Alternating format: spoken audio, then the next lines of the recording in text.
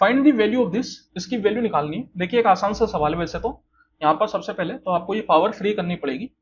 17 के क्यूब की अगर मैं बात करूं तो ये होता है अपने पास 4913, 10 का स्क्वायर होता है 100, और इसको आप कैंसिल आउट कर सकते हो, 13 से 2 बार में चला जाएगा तो 2 का स्क्वायर आ गया 4 माइनस 12।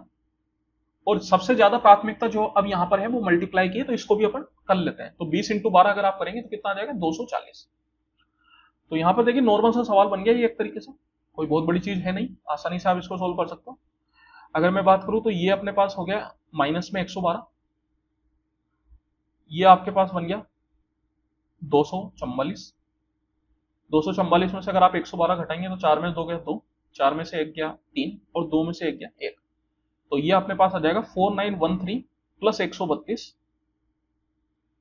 3 और 2 5, 1 3 4, 9 और 1 10 की 0, 1 के लिए चला गया, दैट इज 5045। Option number